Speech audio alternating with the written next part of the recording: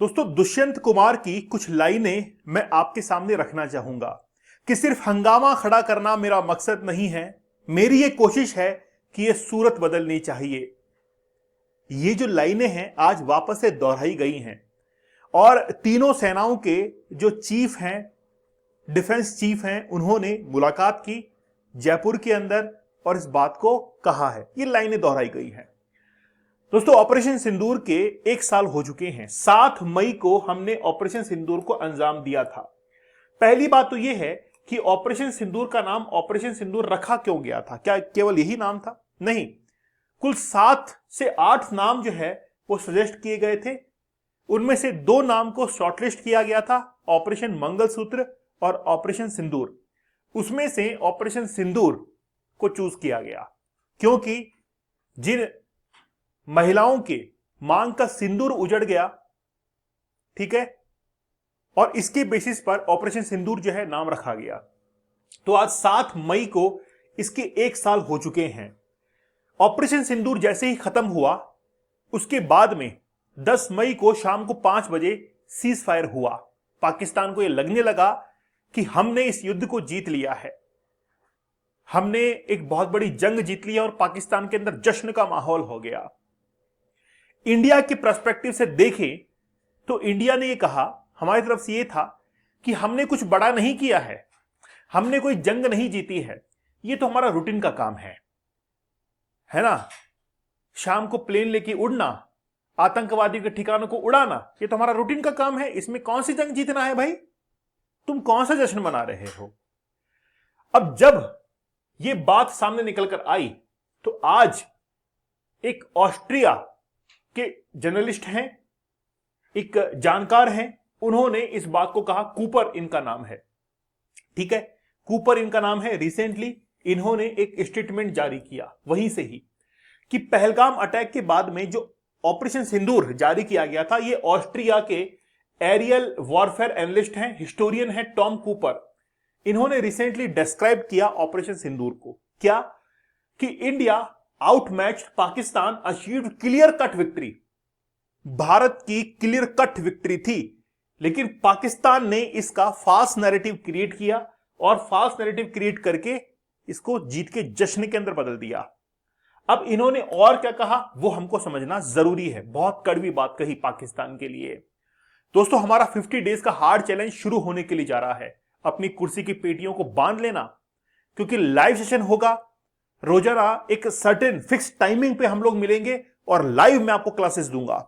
जो टेक्निक्स रहेंगी आपको इस एडिक्शन से बाहर निकालने की, आपके कंसंट्रेशन फोकस को इंप्रूव करने की, वाकई में गजब है। मैं तो ये कहता हूं कि आपकी लाइफ के अंदर कोई चैलेंज आता है तो challenge can change your life, वही आपके जिंदगी को बदल सकता है और इसके अलावा कोई भी जो है आपकी जिंदगी को बदल नहीं सकता। और इस धरती के ऊपर आपके अलावा कोई इंसान पैदा नहीं हुआ है जो कि आपकी जिंदगी को बदल दे। ये अब आपका डिसीजन है कि आप करना क्या चाहते हैं। टॉम कूपर ने क्या कहा कि ये जो हिस्टोरियन है टॉम कूपर, इन्होंने कहा कि क्लियर कट मिलिट्री विक्ट्री जो है वो हमने ली जिस समय हमने लॉन्च किया था ऑपरेशन सिंदूर को 7 मई को। 7 मई को या तो रात को कह लीजिए या सुबह कह लीजिए, रात को 2 बजे हमने ऑपरेशन को अंजाम दिया, जिसमें हमने पाकिस्तान के अंदर जो टेररिस्ट कैंप थे, पीओके के अंदर जो टेररिस्ट कैंप थे, उनको हमने उड़ाया। पाकिस्तान से आवाज निकलकर आई कि मस्जिदों को ठिकाना बनाया गया है। पाकिस्तान के अंदर महिलाओं, बच्चों को जो वहां पर मदरसे चल रहे हैं उनको ठिकाना बनाया है। हमने क्लियर कट सैटेलाइट जो इमेजेस थी उनके माध्यम से दिखाया कि किस तरीके से हमने पाकिस्तान के अंदर जो आतंकी ठिकाने थे उनको उड़ाया। इंडिया का एयर डिफेंस सिस्टम इतना जबरदस्त था कि जिसने एग्जैक्टली जो है उसको क्या किया, कॉम्बैट किया। 95 से लेकर 98% तक हमने मिसाइल्स को क्या किया, इंटरसेप्ट किया और उनको डिस्ट्रॉय किया। हम नहीं कह रहे बात, हम खुद की बड़ाई नहीं कर रहे हैं, ये बात ऑस्ट्रिया से निकलकर आई है और वहां के एनालिस्ट हैं टॉम कूपर, वो कह रहे हैं कि भाई भारत की क्लियर कट इसके अंदर जीत थी। अच्छा ठीक है, इसके बाद में Pakistan retaliation was rendered almost entirely ineffective. Pakistan ने इसके बाद में जो कुछ भी रेस्पॉन्स किया वो इनइफेक्टिव था। पाकिस्तान का कोई भी रेस्पॉन्स जो है वो काम नहीं आया, कोई भी अटैक भारत के ऊपर काम नहीं आया। कूपर ने यह भी कहा कि internal factors shaping Pakistan stance during and after the conflict, the Pakistani arm forces must justify there dominance over the civilian government. इन्होंने क्या कहा, जो वहां की आर्मी थी, इन्होंने क्या कहा, पूरी पाकिस्तान की आवाम के अंदर एक फास्ट नैरेटिव क्रिएट कर दिया कि हम जीत गए, हम जीत गए, हम जीत गए, हम जीत गए। और यह भी कहा कि ये जो पाकिस्तान की जीत है इसको सुनहरे अक्षरों के अंदर दर्ज किया जाएगा। आप समझ रहे हैं कि पाकिस्तान के लोगों को किस तरीके से बेवकूफ बनाया गया। जिस समय हमने मंगलयान भेजा था, पाकिस्तान कह रहा था कि स्टूडियो के अंदर बैठ के जो है वो फिल्माया गया है। ये इनकी असलियत है। इनको कभी भारत की सफलता हजम ही नहीं होती है, हजम ही नहीं होती। इनको लगता है कि नहीं नहीं नहीं, पाकिस्तान बहुत आगे है, हम तो बहुत आगे हैं। याद रखना, अगर कोई इंसान अकेला किसी रेस के अंदर दौड़ रहा है, उसको यह लगता है कि सबसे तेज दौड़ने वाला इंसान मैं ही हूं। लेकिन जब उसके साथ में और भी कंपीटिटर्स होते हैं, तब उसको असली औकात का पता लगता है कि मेरे अंदर कितना दम है। जब खुला मैदान हो और खुले मैदान के अंदर 100 लोग दौड़ने वाले हों, तब पता लगता है कि मेरे अंदर कितना पोटेंशियल है। और अकेला दौड़ेगा तो उसको लगेगा कि मैं ही दुनिया के अंदर सरताज हूं, मैं सबसे तेज दौड़ सकता हूं। लेकिन दुनिया के अंदर ये जो झटके लगते हैं ना, बड़े गजब के। तो पाकिस्तान की आर्मी ने भी फास्ट नैरेटिव क्रिएट किया। रही कहीं कसर इन सुंदर बालाओं ने कंप्लीट कर दी पाकिस्तान के अंदर। पाकिस्तान की मीडिया ने, है ना, पाकिस्तान की मीडिया ने कि हमने तो दिल्ली तक कब्जा कर लिया, हमने मिसाइल छोड़ी सीधा दिल्ली को जाके लगी। ऐसे इस तरीके से फास्ट नैरेटिव क्रिएट किए गए थे। तो बहुत जो है मीडिया की भूमिका, अच्छा यही नहीं है कि मीडिया की भूमिका पाकिस्तान की ही खराब रही, मैं तो इंडिया की मीडिया के लिए भी यही कहता हूं। इंडिया की मीडिया को और एग्रेसिवली जो है वो काम करना चाहिए था, है ना, और एग्रेसिवली काम करना चाहिए था।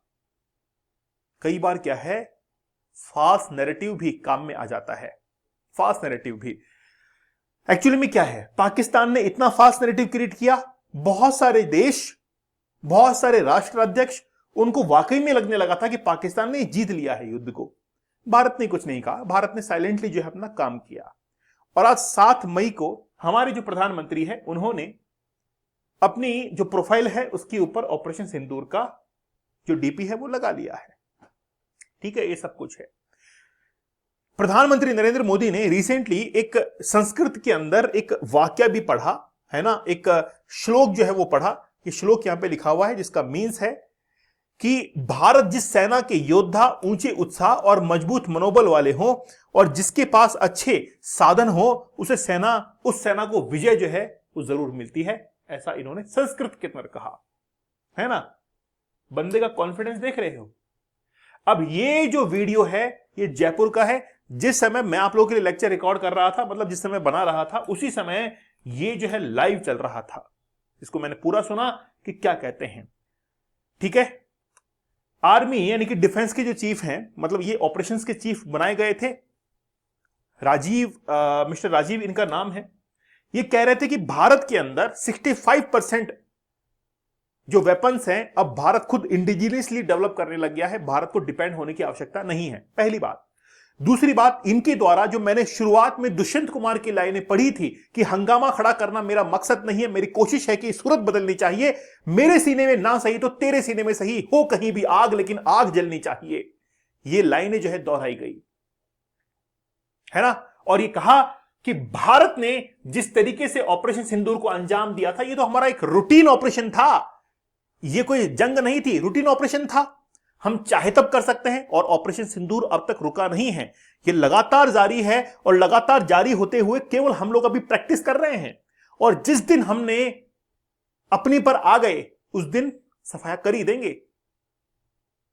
गमछा जो है उड़ी जाएगा हवा के अंदर, ध्यान रखना। हम जिस दिन आ गए उस दिन फिर एयर मार्शल जो है, ये सब मतलब तीनों सेनाओं के अध्यक्ष जयपुर के अंदर लाइव इन्होंने अपना अपना जो है ऑपरेशन सिंदूर के बारे में पूरा डिस्क्राइब किया इन्होंने। और इन्होंने भी यही कहा कि हम लोग चुपचाप बैठे हैं, इसका मतलब ये नहीं है कि आप जो है हमको कमजोर समझे। शेर ने अगर एक कदम पीछे हटाया है, इसका मतलब ये नहीं कि शेर जो है वो शिकार करना भूल गया है या उसको डर लग रहा है। लंबी छलांग लेने के लिए पीछे एक कदम बढ़ाया गया है ना। तो इन्होंने कहा कि हम चुपचाप रहते हैं, हमारा साइलेंस जो है उसको हमारी कमजोरी ना समझें। हम जब आते हैं तो अटैक करते हैं, मौका देखकर मारेंगे, बिना देखे नहीं मारेंगे। और सबसे ज्यादा धन्यवाद है हमारे एयर डिफेंस सिस्टम को, जिसका नाम था आकाश तीर एयर डिफेंस सिस्टम। सबसे जबरदस्त निकला वो, जिसने S-400 को भी पीछे छोड़ दिया। जरूरत ही नहीं पड़ी हमको S-400 की। तो ये रिसेंटली क्या हुआ, अभी सब कुछ जो है, देखिए ऑपरेशन सिंदूर हमने लॉन्च किया। पहलगाम अटैक जब हुआ था 22 अप्रैल को, एक्चुअली में क्या है, गलती हमारी ही है ना। गलती जो है वो हमारी ही है। क्यों गलती है? ज्यादा हवा दे दी पाकिस्तान को, थोड़ी खुली छूट दे दी इनको। अच्छा, रिसेंटली मैंने एक वीडियो देखा था, एक बहुत अच्छे यूट्यूबर हैं, उन्होंने इसको अपलोड किया था, आप लोग जानते होंगे, पूरे भारत के अंदर काफी फेमस है, जिन्होंने रिसर्च की कि आखिरकार अयातुल्लाह खamenei के ऊपर किस तरीके से अटैक हुआ, कितना प्रिसाइज अटैक हुआ, कैसे कैसे कैलकुलेशन की, बड़ा जबरदस्त था। मसूद अजहर जो कि पाकिस्तान के अंदर है, क्या ऐसे किसी ऑपरेशन को हम लोग कभी अंजाम दे पाएंगे? मुझे आप लोग कमेंट सेक्शन में बताइए। क्या भारत के जो आतंकी हैं, इनको हम लोग ऐसे ऑपरेशंस को अंजाम देकर क्या उड़ा सकते हैं? क्या हमारी इंटेलिजेंस इतनी जबरदस्त है, इतनी प्रिसाइज है कि क्या यह काम हम लोग कर सकते हैं? बताइएगा मुझे कमेंट सेक्शन में, जरूरत पड़ेगी इन कमेंट्स की। दोस्तों 50 डेज का हार्ड चैलेंज बड़ा जबरदस्त है, आप लोग जरूर ज्वाइन कीजिएगा। 75 डेज का हार्ड चैलेंज या 100 डेज का हार्ड चैलेंज आप लोग के लिए अवेलेबल है, जरूर आप ज्वाइन कीजिए। और वो चैलेंज, चुनौती जो है वो आपको स्वीकार करनी है। 50 दिन जो आगे आने वाले हैं वो बड़े चैलेंजिंग रहेंगे, बहुत चैलेंजिंग रहेंगे। टास्क आपको दी जाएगी, उन टास्क को आपको कंप्लीट करना है। दीपक इंदौर ऑफिशियल टेलीग्राम पर आप लोग जरूर ज्वाइन कर लीजिएगा। तो मिलते हैं आप लोगों से नेक्स्ट सेशन के अंदर, तब तक धन्यवाद, थैंक यू, जय हिंद।